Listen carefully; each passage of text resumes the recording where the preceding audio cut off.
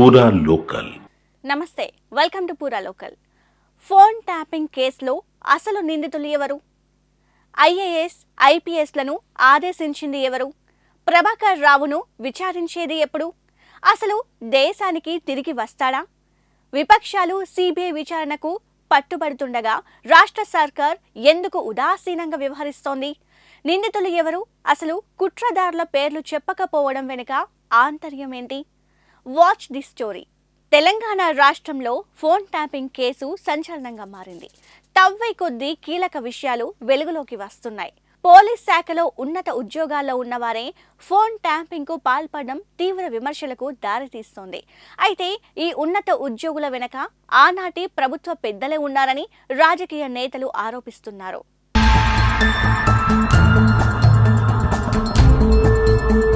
Phone ట్యాంపింగ్ కు పాల్పడడం వ్యక్తి స్వేచ్ఛకు భంగం కలిగించే అంశమని చెబుతున్నారు.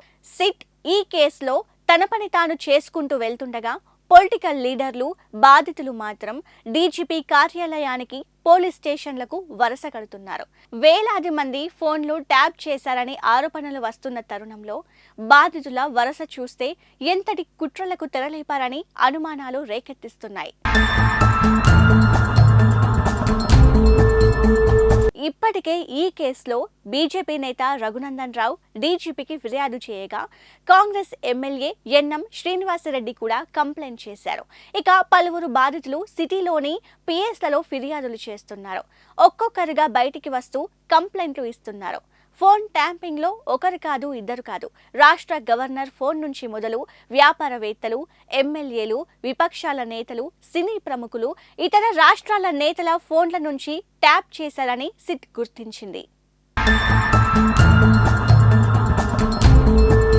దుబ్బాక, హుజూరాబాద్, మునుగోడు, బైపొల్లో కూడా ఫోన్ ట్యాంపింగ్ కు పాల్పడ్డారని సిట్ గుర్తించింది.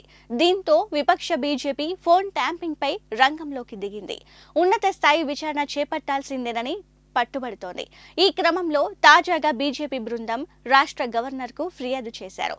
అంతకు ముందు బీజేపీ రాష్ట్ర అధ్యక్షులు, కేంద్ర మంత్రి కిషన్ రెడ్డి ఫోన్ ట్యాంపింగ్ పై కీలక వ్యాఖ్యలు చేశారు.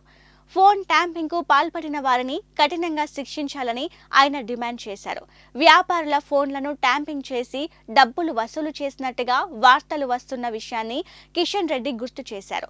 దుబ్బాక, హుజూరాబాద్, మునుగోడు ఉప ఎన్నికల సమయంలో కూడా ఫోన్లను కూడా ట్యాంప్ చేశారని కిషన్ రెడ్డి ఆరోపించారు. ఫోన్ ట్యాంపింగ్ కు పాల్పడిన వారిపై చర్యలు తీవ్రంగా ఉంటాయని ఆయన వార్నింగ్ ఇచ్చారు. ట్యాంపింగ్ అంశాన్ని కాంగ్రెస్ పార్టీ వదిలిపెట్టినా బీజేపీ మాత్రం వదిలిపెట్టదని కిషన్ రెడ్డి తేల్చి చెప్పారు. ఫోన్ ట్యాంపింగ్ అంశంపై ఈసీ ఫోకస్ చేయాలని, బీఆర్ఎస్ గుర్తింపును రద్దు చేయాలని డిమాండ్ చేశారు. పౌరుల ప్రాథమిక హక్కులు భంగం కలిగే విధంగా వ్యవహారం చేశారు. దేశ భద్రత కావచ్చు, ఉగ్రవాద యాంగిల్లో కావచ్చు, ఆ రకమైనటువంటి దాంట్లోనే ఫోన్ ట్యాపింగ్ చేయడానికి అవకాశం ఉంది. అది కూడా ముందస్తు అనుమతులు ఉన్నతాధికారుల దగ్గర తీసుకున్న తర్వాతనే చేయాలి. కానీ అది కాకుండా అవినీతితో ఈ యొక్క కుంభకోణాలకు పాల్పడము, వ్యక్తుల నుంచి బ్లాక్మెయిల్ చేసి కోట్ల రూపాయలు వసూలు చేయడం కోసము ఫోన్ ట్యాపింగ్ చేయడము చాలా దుర్మార్గం. మీకు అందరికీ తెలుసు, 2019 అంటే గత పార్లమెంట్ ఎన్నికల్లో మేము బ్యాంకు నుంచి, Bharatiya Janata party official account నుంచి మేము డబ్బు డ్రా చేసుకొని, వైట్ మనీ బ్యాంకులో డ్రా చేసుకొని నారాయణగూడ నుంచి స్టేట్ బీజేపీ ఆఫీస్కు వస్తూ ఉంటే ఫోన్ ట్యాపింగ్ ద్వారా వివరాలు సేకరించుకొని నారాయణగూడ చౌరస్తాలో ఒక ఇంటర్నేషనల్ టెర్రరిస్టులను ఏ రకంగా చుట్టుముట్టి వాళ్ళను బంధిస్తారో ఆధారంగా మా ఆఫీస్కు సంబంధించినటువంటి క్లర్కులను ఇదే బీఆర్ఎస్ నాయకత్వంలో ఆ రోజు పోలీస్ అధికారులు ఇదే మాఫియా రాజ్యాంగం ఆ రోజు చేసినటువంటి విషయము మనకందరికీ తెలుసు. అనుకున్నదే తడువుగా బీజేపీ రంగంలోకి దిగింది. రాజ్ భవన్ లోని గవర్నర్ సిసి రాధాకృష్ణన్ ను కలిశారు. రాష్ట్రంలో ప్రకంపనలు సృష్టిస్తున్న ఫోన్ ట్యాంపింగ్ పై సిబిఐతో విచారణ జరిపించాలని గవర్నర్ కు వినతి పత్రం ఇచ్చారు. అలాగే ఫోన్ ట్యాంపింగ్ పై కేంద్రం జోక్యం చేసుకోవాలని కోరారు. ఈ వ్యవహారాన్ని రాష్ట్ర ప్రభుత్వం తేలికగా తీసుకున్నా కేంద్రం వదిలిపెట్టదని, సిబిఐ విచారణ ద్వారానే అసలు నిజాలు బయటపడతాయని లక్ష్మణ్ చెప్పుకొచ్చారు. కొత్తగా వచ్చిన తెలంగాణ కొట్లాడి తెచ్చుకున్న తెలంగాణకు ఇంత అపవాదు గత ప్రభుత్వంలో మరి ఈ మొత్తం తెలంగాణ సమాజానికి మచ్చ తెచ్చే విధంగా జరిగిన వ్యవహారం. కాబట్టి ఇవాళ దర్యాప్తులో మరి పాత్రదారులైతే ఇవాళ అరెస్టు కాబడతా ఉన్నారు, జైలుకు పంపిణీ జరుగుతున్నారు. కానీ సూత్రధారులు ఎవరు? గతంలో ఐటీ మంత్రిగా ఉన్నటువంటి కేటీఆర్ గారు కూడా ఏ రకంగా జరిగితే జరుగుతుండొచ్చు, 1, 2 దానికి ఇంత రాద్దంతం అవసరమా?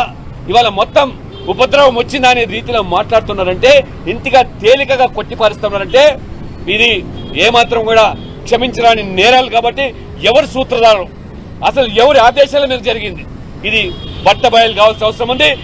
కాంగ్రెస్ ప్రభుత్వము గత బీఆర్ఎస్ తో రాజీ పడ్డా, మీరు లాలూచి పడ్డా, భారతీయ జనతా పార్టీ దీన్ని వదిలే ప్రసక్తి లేదు. ఫోన్ ట్యాంపింగ్ కేసులో ఎవరిని వదిలిపెట్టబోము అంటున్నారు కానీ అసలు ఎవరైనా అరెస్టు చేస్తే కదా వదిలిపెట్టడానికి అని కాంగ్రెస్ నేతలపై సెటైర్ వేశారు బండి సంజయ్. తన ఫోన్తో పాటు కిషన్ రెడ్డి, లక్ష్మణ్ ఫోన్లు కూడా ట్యాంపింగ్ చేశారని ఆరోపించారు. ఇక ఈ ట్యాపింగ్ వ్యవహారం వెనుక కేసీఆర్ కుటుంబ సభ్యుల హస్తం ఉందన్నారు. రాధాకిషన్ రావు, ప్రభాకర్ రావు బీజేపీ నాయకులను హింసించారని అన్నారు.